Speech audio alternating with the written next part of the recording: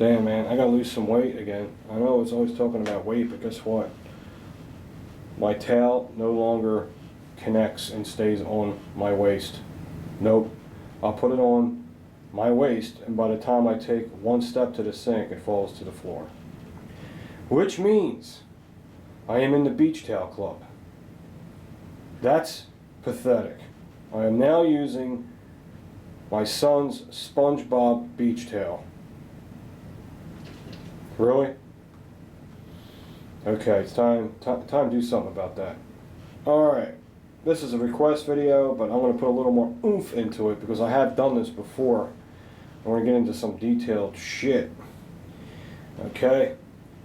A sub asked me to say, hey man, when you're buying a new gun, what do you look for? Well, I'm going to use the 1911 as an example, since you don't want to use a Glock for that.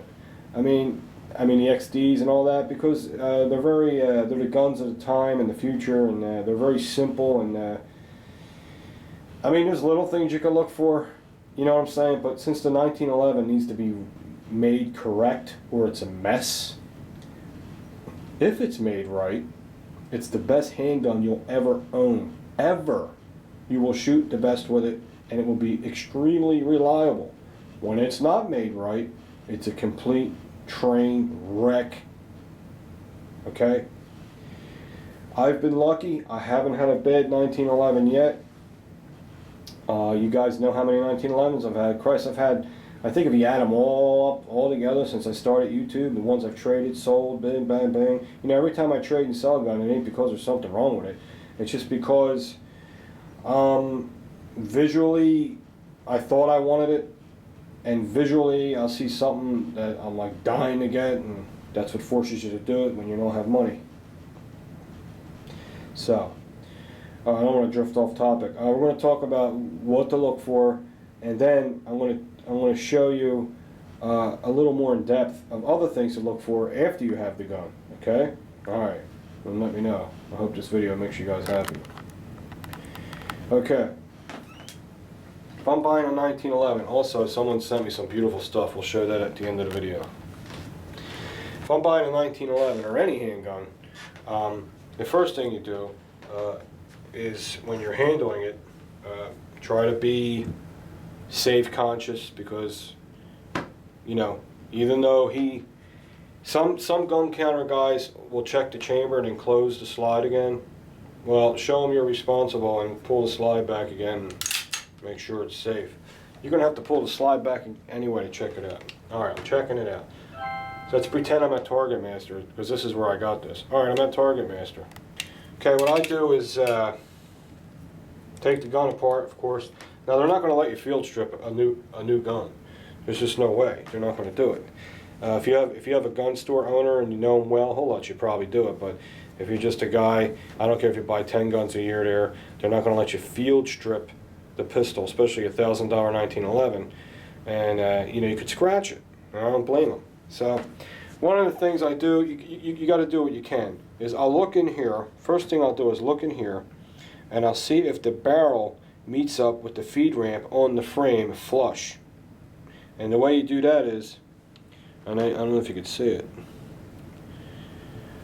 See how this moves back and forth? Well, when the slide's all the way forward, that barrel is all the way back tight, and it's flush with the feed ramp, but you can't see it, can you? Well, here's a way you can see it. You go back like this, put your finger on the front of the nozzle, push up, and then look at the feed ramp, the throat on the barrel, and the feed ramp on the frame, and make sure they are perfectly flush. If they're not, that might cause you feeding problems, but they are on this. They look great. That's one of the things I do. Another thing I check for is fit. If I want to check for fit, I look at the sides of the trigger right here. This is an extended trigger, so it gives me a lot to look at. And usually, if the fit's bad on a 1911, it'll have scrape marks on each side of the trigger, on both sides. In here, they'll be this way. That tells me the trigger is not centered, and it's not fitted right to the frame. Okay, that's another thing to look forward to, which this has none. No scrape marks, and you're looking at the trigger's been pulled over 500 times. Not counting the dry fire, so it's good. You might see a little bit of wear on the back of the grip safety from people trying it out, or just to be made in the factory shooting it.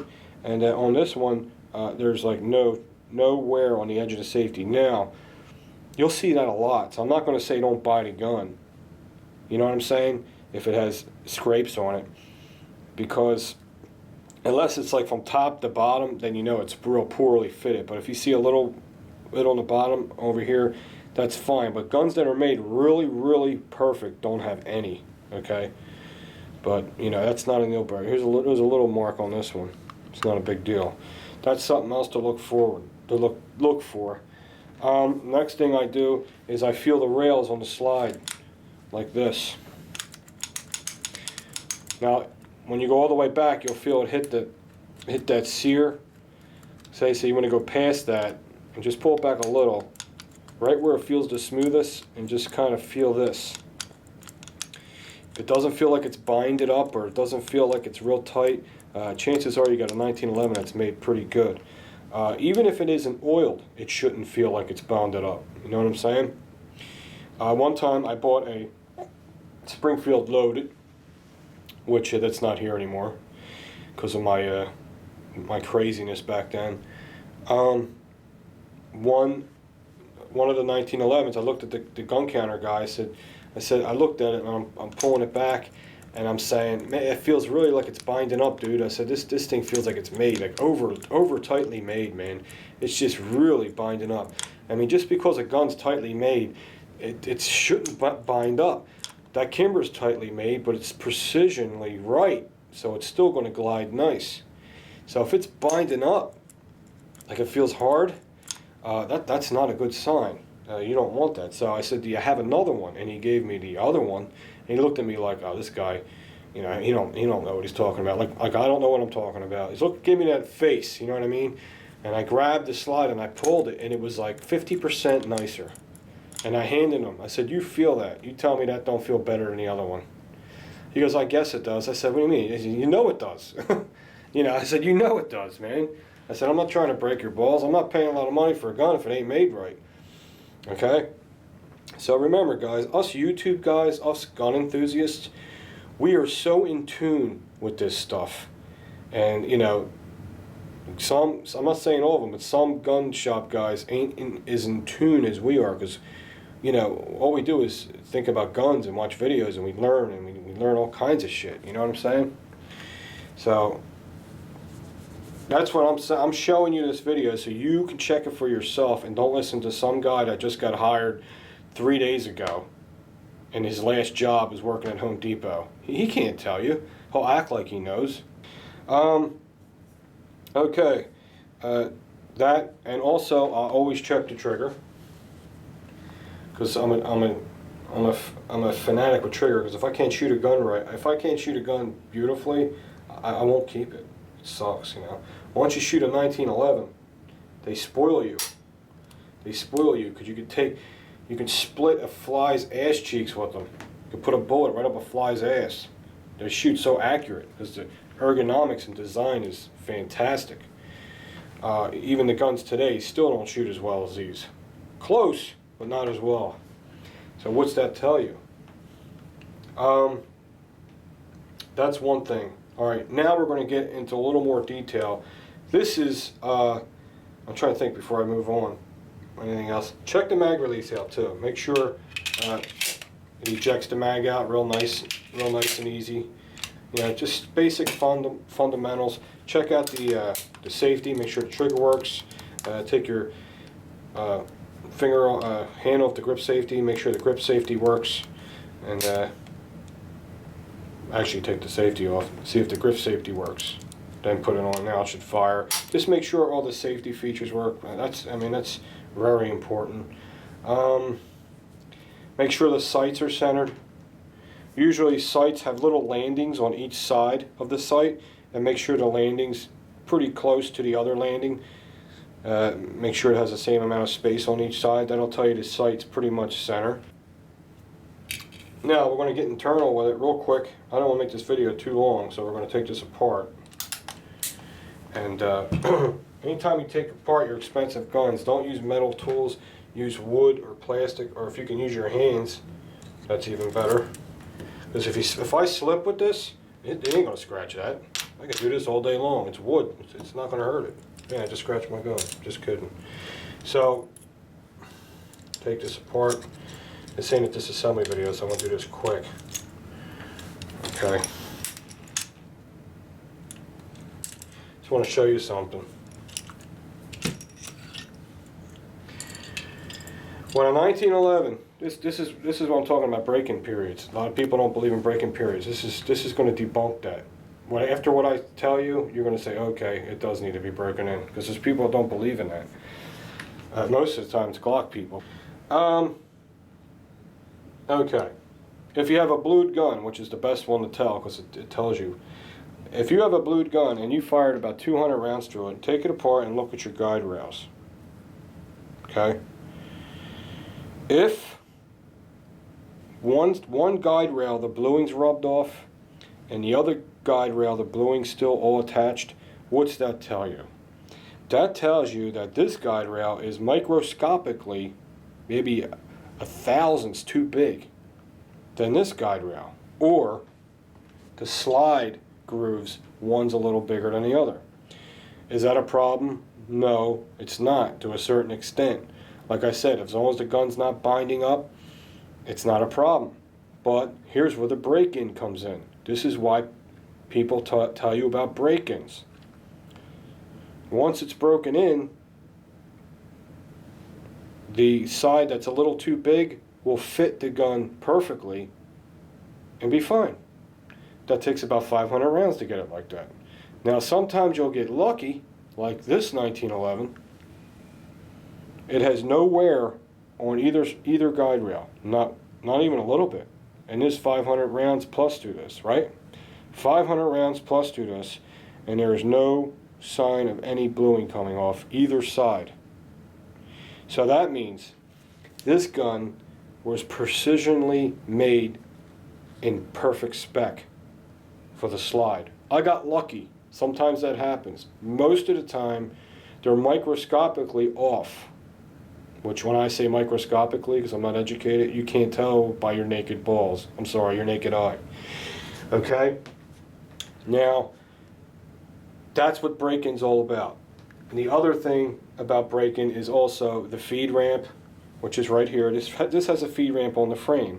And after a while, this part of the feed ramp will start to, instead of that hard corner on there, it might get rounded off just a touch, gets a little bit of polish that makes the bullet feed, the round feed in there, more smooth. Stuff like that. And of course the barrel, the throated barrel gets a little bit of polished up, and it helps to break in. But the main break in, I think, is the long guide rails and all the friction. After you get 500 rounds through it, the friction probably reduces by so much %, and the gun will run better and better and better. You know, when you first got into guns, remember people saying to you, "Oh, the more you shoot it, the better it gets." Do you know why? Because it's breaking in. The more you shoot it, the better it gets. I've heard that phrase 1,000 times or more every time I was around gun people. "Oh, this is great. The more you shoot it, the better it gets." Well, that's because it's breaking in, right? Everything's breaking in. The trigger's breaking in. Anything that rubs together is getting polished. Break-in period is for real, okay? Now this particular 1911, because it was made right, this was probably ready to go right out of the box. But there's no way of knowing that until you shoot it. And that's it. I hope this video helped you out with things to look for buying a new gun, and that little break-in period theory I just told you about. That's my opinion. It makes sense to me, so I believe in what I say. There you go. Okay, I want to thank my friend Keith for sending me this beautiful medallion. I'm going to call it a medallion, Keith, because I don't know what it's called. And he's in the United States Navy, and he is a jet engine mechanic for our military. And it says, what's it say? Because I'm gay. Aviation machinist mate, in trust we trust. And he sent this to me. and I really appreciate it. Thanks for your service, bro. I love this stuff. I will display it all the time. And here's the rear side of it. Okay, and he also sent me, I don't know where I'm going to put it. I might put it just right there in front of my flyers, dude. Also sent me, don't get excited now, you guys are going to touch yourselves, especially you Glock guys. TrueGlow fiber optic sights. What's up with that? Because you know what's happening, right? I will get my Glock 27 back. I want to get my Glock 27 back. It'll probably go on the Glock 27. Keith, thank you for these. TrueGlow is a fantastic night sight company. Whatever they make. I mean, Glock, if you buy a Glock and it has stock night sights on it, for Glock to pick TrueGlow to be their sight maker says a lot. Okay, I love Glocks too. Thanks for these. These are amazing. And I wanted to show you this beautiful shirt he sent me. I want to wear this to the range. Next range video. Okay. Suck, squeeze, bang, and blow. Okay, now E-Balmy might take this literally because he is a severe, he's a little light in the boots. You know what I'm talking about? And everywhere else. But if you're a normal dude like the rest of us, that is the basic fundamentals of a jet engine, from what I was told. And I love the logo, and it's 2XL, and it has a little logo in the front too. I will wear this in my next range video. Keith, I just want to thank you for the beautiful shirt, the awesome sights, the beautiful medallion. That's it, guys. I'll talk to you guys soon. Going to go to the range. You know, guys, I've been looking for a mouse gun. Guess what I'm leaning towards, man? I'm really leaning towards a Smith & Wesson Bodyguard. Why? My friend has one. He says it never fails. Another guy has one. He says that his never fails. I had a couple guys on the internet tell me they love it. And I felt it compared to the LCP, and I'm sorry. It just feels like a nicer built gun. I know the LCP is super light and it's just for an emergency, but I need something a little bit more than that, something with a little more oomph, and the Bodyguard has it for an excellent price, so that might be my next purchase for the summer carry, because it is hot, real hot. It's already here, the heat. Alright guys, see you soon.